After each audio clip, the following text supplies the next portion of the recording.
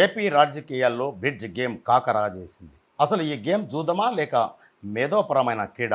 Bridge మంటలు చెలరేగాయి. పేకాటతో దీనిని పోల్చారు. ఇది కాస్త రాజకీయ రచ్చకు దారితీసింది. ఏపీ రాజకీయాల్లో ప్రస్తుతం రగులుతున్న వివాదం ఇది. నమస్తే, నేను మీ యశస్వి భాస్కర్రావు.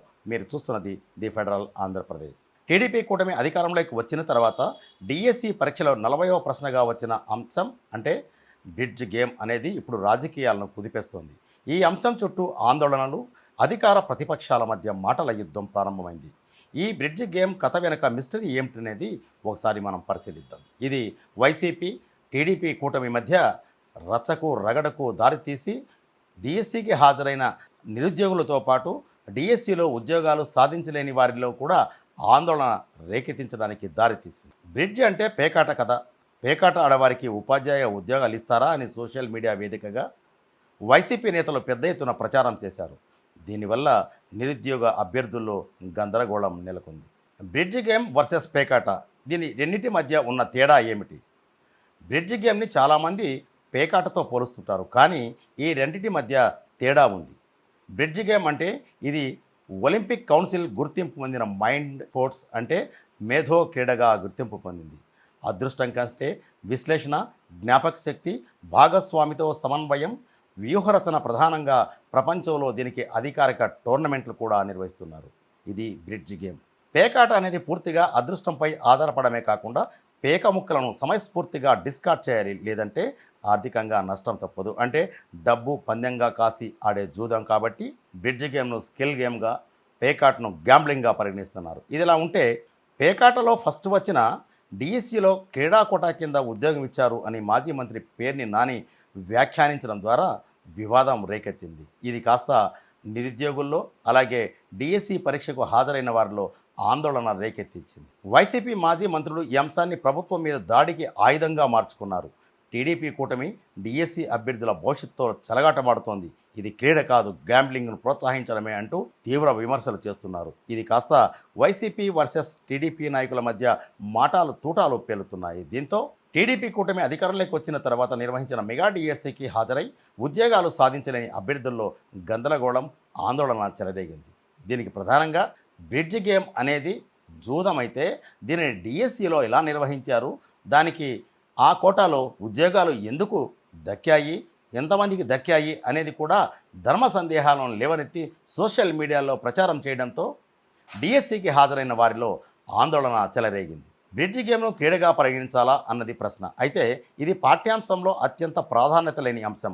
ఇలాంటి ప్రశ్నలు అడగడం వల్ల సమయం వృధా అవ్వడమే కాకుండా మార్కుల విషయంలో అన్యాయం జరుగుతుందనేది అభ్యర్థుల వాదన. ఈ పరిస్థితుల్లో ప్రభుత్వం నుంచి సరైన స్పందన లేదని భావించిన అభ్యర్థులు ప్రతిపక్ష నేత మాజీ సీఎం వైఎస్ జగన్ను కలవడం నిరుద్యోగులను ఆందోళన పెరగడమే కాదు, టీడీపీ కూటమిని ఇరకాటంలో పడేసింది. పరీక్షా విధానంలోని లోపాలు ఎత్తి చూపాలని అభ్యర్థులు వైఎస్ జగన్ను కోరారు. 3 months బయటికి రాలేకపోయాం సార్. అసలుకి చాలా సఫర్ అయ్యాం సార్. నాతో పాటు మా పేరెంట్స్ కూడా సఫర్ అయ్యారు సార్. ధైర్యంగా పడతారు, ధైర్యంగా మరి ఎన్ని ఏం కావాలి ఇంతకన్నా. 1998 బ్యాచ్ ఎప్పుడు చెప్పు, దాంట్లో మా బాబాయ్ కూడా ఉన్నాడు సార్. 98 డిఎస్సి అట్లాంటి వాళ్ళకి న్యాయం చేసినామంట.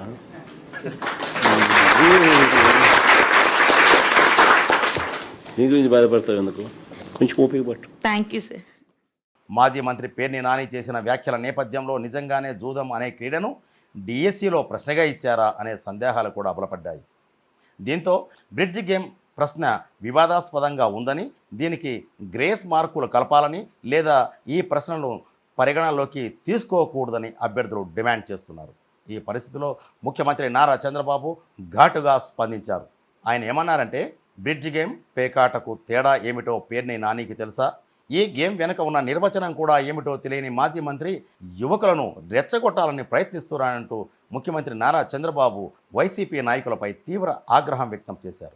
ఒలింపిక్ అసోసియేషన్ పరిధిలో వివిధ క్రీడలకు వేర్వేరు సంఘాలు ఉంటాయి. కేంద్రం వాటిని సంప్రదించి ఏ క్రీడకు రిజర్వేషన్ కల్పించాలనే అంశంపై ప్రాధాన్యత ఆధారంగా వర్గీకరణ చేసి పాలసీ రూపొందిస్తుందనే విషయం కూడా వైసీపీ నేతలకు లేకపోవడం వల్లే ఈ పరిస్థితిలో ఉన్నారంటూ ముఖ్యమంత్రి నారా చంద్రబాబు వైసీపీ నాయకులకు, ప్రధానంగా వైఎస్ జగన్కు చురకలు అంటించారు.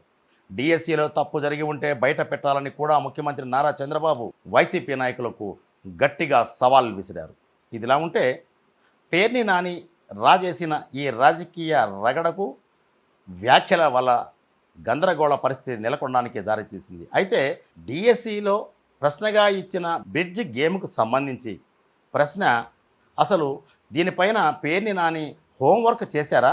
వైసీపీ ప్రభుత్వం అధికారంలో ఉండగా పేర్ని నాని మంత్రిగా కూడా పనిచేశారు.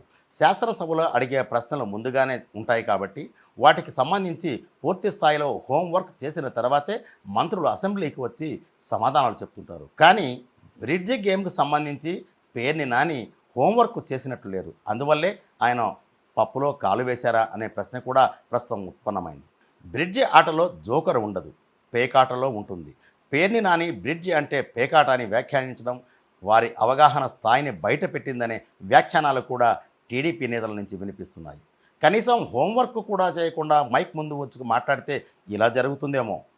బ్రిడ్జి అనేది కేవలం పేకాట కాదు, ప్రపంచవ్యాప్తంగా గుర్తింపు పొందిన ఒక మైండ్ స్పోర్ట్స్. 2018 నుంచి ఏషియన్ గేమ్స్లో అధికారిక క్రీడగా బ్రిడ్జ్ గేమ్ ఉంది. భారతదేశం 2018 ఏషియన్ గేమ్స్లో బ్రిడ్జ్ గేమ్లో బంగారు పథకం సాధించింది. ఆ బంగారు పథక విజేతల్లో ప్రణబ్ బర్ధన్ కూడా ఒకరు. ఆయన 60 ఏళ్ల వయసులో గోల్డ్ మెడల్ గెలిచి భారతదేశ అత్యంత వయోవృద్ధ ఏషియన్ గేమ్స్ గోల్డ్ మెడలిస్టులుగా నిలిచారు. 2022 ఏషియన్ గేమ్స్లో భారత్ బ్రిడ్జ్ గేమ్లో వెండి పథకాన్ని కూడా సాధించింది. అంటే పూర్తి స్థాయిలో ఈ విషయాలను మనం పరిశీలిస్తే బ్రిడ్జ్ గేమ్ అనేది క్రీడ మాత్రమే, జూదం కాదనే విషయం మనకు ఇక్కడ అర్థమవుతుంది. ఈ పరిస్థితి ఇలా ఉంటే మాజీ మంత్రి పేర్ని నాని చేసిన వ్యాఖ్యలు జనంలో ఆయన జోకర్గా మారిపోయారా అంటే ఆయన ఆలోచన చేసుకోవాల్సిన అవసరాన్ని కూడా ఇక్కడ మనం గుర్తు చేయాల్సిన అవసరం ఉంది. బ్రిడ్జ్ గేమ్ని జూదంగా వివరించిన వ్యాఖ్యలు చేస్తే జనం మిమ్మల్ని జోకర్లుగా చూస్తారేమో పేర్ని నాని గారు, ఒకసారి ఆలోచన చేయండి. జోకర్ అంటే గుర్తుకు వచ్చింది, బ్రిడ్జిలో జోకర్ ఉండదు అంటే మీకు స్థానం ఉండదు పేర్ని నాని గారు అనే విషయాన్ని కూడా టీడీపీ నాయకులు సెటైర్లు వేస్తున్నారు. చూశారుగా, ఒక గేమ్ ప్రశ్నగా మారితే రాజకీయాల్లో ఎలాంటి ప్రకంపనలు సృష్టిస్తుందో. బ్రిడ్జి కోర్సు కోటాలో ఒక ఉద్యోగం కూడా ఇవ్వలేదని ముఖ్యమంత్రి నారా చంద్రబాబు చెబుతున్న పరిస్థితిలో డిఎస్సి అభ్యర్థుల ఆందోళన ఎలా చల్లారుతుంది? వైసీపీ ఇంకా ఎలాంటి అస్త్రాలు ప్రయోగించి టీడీపీ కూటమిపై ఎదురుదాడికి దిగుతుంది? ఈ వివాదం ఎక్కడికి దారితీస్తుంది అనేది మనం వేచి చూడాల్సిందే. ఈ విషయంపై మీ అభిప్రాయాలను కామెంట్ బాక్స్లో తెలియజేయండి. బ్రిడ్జిని క్రీడగా చూడాలా లేదా కేవలం జూదంగానే పరిగణించాలా?